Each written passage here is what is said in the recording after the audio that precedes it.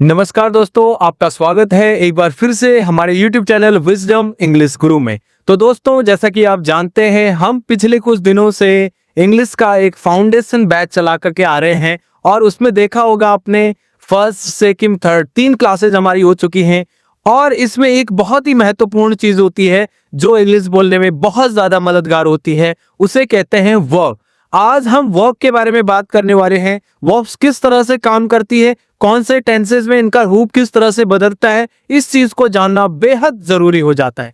तो आइए, सामने आप बोर्ड में देख सकते हैं, मैंने पहले ही आपके लिए बोर्ड तैयार कर रखा है और एक एक वर्ब को जानेंगे, इसका मतलब जानेंगे, इसका कौन सा रूप कहां पर किस तरह से चेंज होगा, इस बारे में हम बात करने वाले हैं। तो चलेगा, फटाफट से देखते हैं। आप देख सकते हैं verbs first form, second form, third form, fourth form और हिंदी में भी हमने इसका मतलब आपको बताया है। मैं एक्सप्लेन करूंगा एक एक चीज को। जैसे कि फर्स्ट फॉर्म है, फर्स्ट फॉर्म गाइस, इसे बेस फॉर्म भी कहा जाता है। क्या कहा जाता है? बेस फॉर्म भी कहा जाता है। जो फर्स्ट फॉर्म होती है, बेस फॉर्म ही फर्स्ट फॉर्म होती है। साथ में इसके जब हम थर्ड पर्सन के लिए बात करते हैं, यानी कि डू और डज वाली सिचुएशन में, डू में तो हम पूरी जगह में यही यूज करते हैं, गो, राइट, बाय, इस तरह से यूज करते हैं। जैसे मैं बाजार जाता हूं तो I go to market, I watch TV daily, I play cricket daily, I make food daily. ठीक है, तो मतलब हमने क्या किया, प्लेन फॉर्म का यूज किया।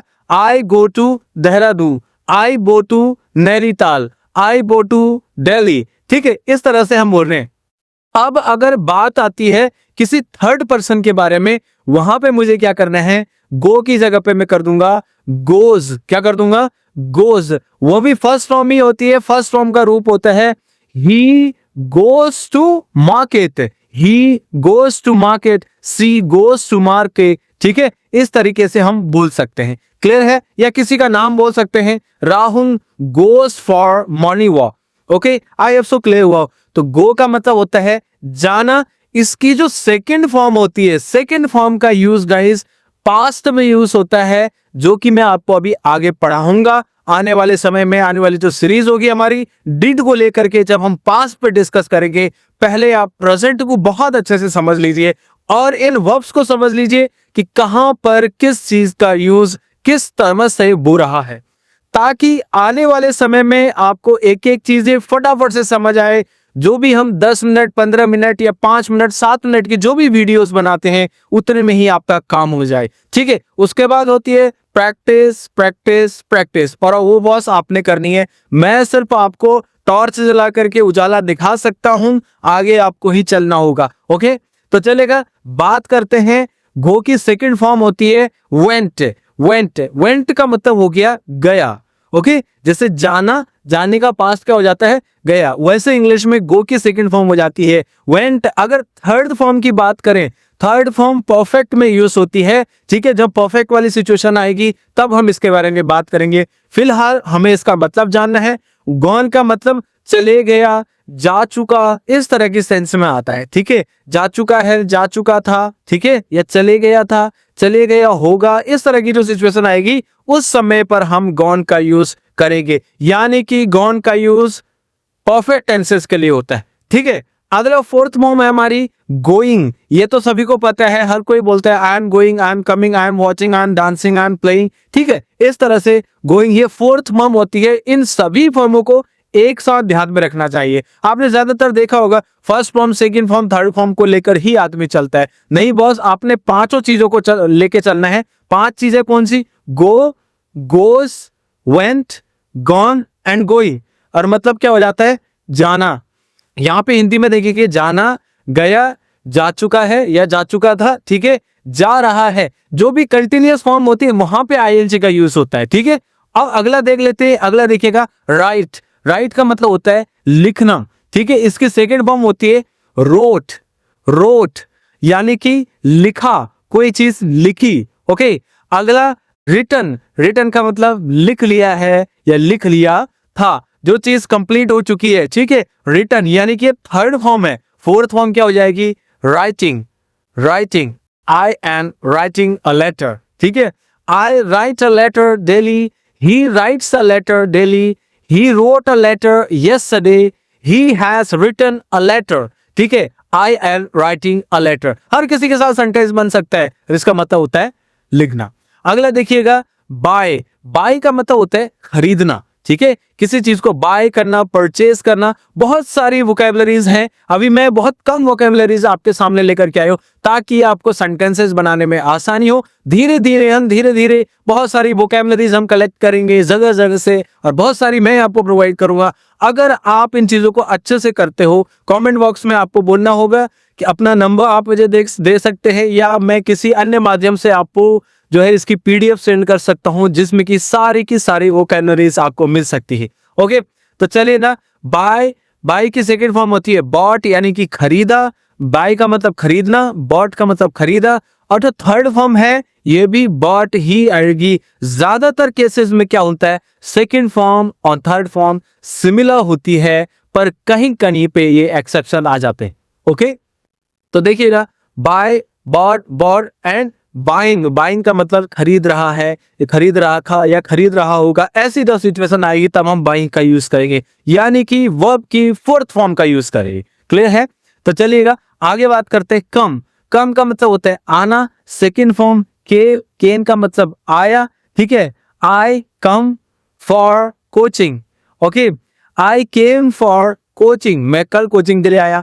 आई कम फॉर कोचिंग, ठीक है, मतलब आप I have come for coaching, यहाँ पे आपने थर्ड फॉर्म है, ठीक है, कम के कम, वर्ब की फर्स्ट फॉर्म भी सेम है और थर्ड फॉर्म भी सेम है, इनकी प्रोनाउंसिएशन भी सेम होगी guys. But whenever you are talking about the second form, so that time you have to use their came. Is that clear or not? If I am talking about the continuous, so that time I have to use coming. Okay? और इसका मतलब होता है आना, और coming का मतलब है आ रहा है, आ रहा था, इस तरह की सेंस में आप लेंगे। ठीक है, अगला देख लेते हैं टेक। ये बहुत महत्वपूर्ण हो जाता है, बहुत सारी जगहों पर इसका यूज होता है टेक का। टेक का मतलब होता है खाना, पीना या लेना। ठीक है, तीन तरह से इसका यूज होता है।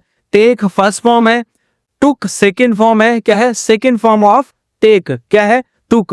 और टेकन इसकी थर्ड फॉर्म हो जाती है, क्या हो जाती है, टेकन। एंड फोर्थ फॉर्म हो जाती है टेकिंग, और इसका मतलब होता है खाना, पीना और लेना। आई सो क्लियर हुआ हो इतना। आगे बात करते हैं, नेक्स्ट है हमारे पास गिव। क्या है, गिव। गिव का मतलब होता है देना, किसी चीज को किसी को देना, हम गिव का यूज करते हैं। और दे दिया, जब आपने कोई चीज दिया, पास्ट हो गया, तो उसको वहां पे हम गेव यूज करेंगे। ठीक है, अगर कोई चीज दे दी है, दे दी थी, तो वहां पे गिवन का यूज होता है। वो आपको जैसे जैसे टेंसेस क्लियर होते जाएंगे वो मैं बताते जाऊंगा आपको। ठीक है, गिविंग का मतलब होता है दे रहा है, दे रहा हूं, दे रहे थे, दे रहे हैं। ठीक है, इस तरह से हम बोल सकते हैं। और इसका टोटल जो मतलब निकल के आता है कोई चीज किसी को दे। Okay, give. अगला है मेक। मेक का मतलब होता है बनाना, प्रोसेस करना, बनाना। ठीक है, मेक की सेकंड फॉर्म होती है मेड, मतलब यानी कि कोई चीज बनाई। ठीक है, I made chapati yesterday, I made food yesterday, कल मैंने खाना बनाया, कल मैंने रोटी बनाई। ओके, अगला है थर्ड फॉर्म भी इसकी मेड ही हो जाती है। फोर्थ फॉर्म की बात करते हैं, fourth form making. I am making shahi paneer, I am making food, मैं खाना बना रहा हूं, मैं शाही पनीर बना रहा हूं। आई वॉज मेकिंग शाही पनीर, मैं कल क्या है, शाही पनीर बना रहा था। ठीक है, तो मेक का मतलब होता है बना। अगले बात कर लेते हैं फॉरगेट। फॉरगेट का मतलब होता है भूलना, second form forgot. Okay, forgot कोई चीज भूल गए। ठीक है, फॉरगॉटन, फॉरगॉटन का मतलब होता है, ये थर्ड फॉर्म होती है इसे। ठीक है, अब फोर्थ फॉर्म की बात करें तो क्या हो जाएगा, फॉरगेटिंग, फॉरगेटिंग। ठीक है, इसका मतलब होता है भूलना। अगली बात कर लेते हैं सेंड। सेंड का मतलब होता है भेजना। I send SMS daily, I send mails daily. ठीक है, ही सेंड्स मेल डेली, वह मेल रोज भेजता है। I send mail daily, he sends mail daily, इस चीज का ध्यान रखना है। ठीक है, सेंट इसकी सेकंड फॉर्म होती है बॉस। ठीक है, और थर्ड फॉर्म भी इसकी सेंट होती है। I have sent a mail, मैंने मेल भेज दी है। ठीक है, I sent a mail yesterday, मैंने कल मेल भेजी। ठीक है, I have sent a mail, मैंने मेल भेज दी है। या I had sent a mail, ठीक है, मैंने मेल भेज दी थी। वो हम धीरे धीरे समझेंगे किस तरीके से हो रहा है। सेलिंग का मतलब होता है भेज रहा हूं, भेज रहा था, भेज रही होंगे। ऐसे सिचुएशन पे हम किसका यूज करेंगे, सेंडिंग का यूज करेंगे, यानी कि वर्ब की फोर्थ फॉर्म का यूज करेंगे। ओके, इसका मतलब होता है भेजना। लास्ट वन देख लेते हैं, फ्लाई। फ्लाई का मतलब होता है उड़ना, फ्लू का मतलब जो उड़ा, और फ्लोन मतलब वो भी उड़ गया, ऐसी वाली सिचुएशन पे हम बोल सकते हैं फ्लोन। और फ्लाइंग का मतलब होता है उड़ रहा है, उड़ रहा था। ठीक है, टोटल कुल मिलाकर क्या है, उड़ना इसका मतलब होता है। ऐसे ही हमारे पास बहुत सारी वोकेबलरीज की जरूरत पड़ने वाली है, ऐसी वर्ब्स की जरूरत पड़ने वाली है जिनका हमें first form, second form, third form, fourth form सब पता होना चाहिए। ठीक है, जैसे इन चीजों की हमारी कमांड हो जाती है तो इंग्लिश बोलने का मजा अलग हो जाता है। क्योंकि गलतियां जो करता है इंसान यहीं पे करता है, फॉर्म की गलती हो जाती है और पूरी की पूरी ग्रामर मिस्टेक हो जाती है। ओके, सो गाइस आप इस चीजों को एक बार स्क्रीनशॉट ले लीजिए आप। ठीक है, आपने स्क्रीनशॉट ले लिया होगा आई होप सो। तो आपको क्या करना है कि इसकी प्रैक्टिस करनी है, इन पे सब पे सेंटेंसेस बनाने हैं। अभी मैंने आपको डू और डस बताया है, तो डू और डस में आर इनके साथ सेंटेंसेस बना के मुझे कमेंट बॉक्स पे भेजिए, ताकि पता चले आप सच में प्रैक्टिस कर रहे हैं। ठीक है, आई होप सो आपको सेशन पसंद आया होगा। अगर आपको सेशन पसंद आया है सो प्लीज वीडियो को लाइक, शेयर और सब्सक्राइब करना ना भूले। Thank you so much for today. मिलते हैं नेक्स्ट वीडियो के साथ। नमस्कार।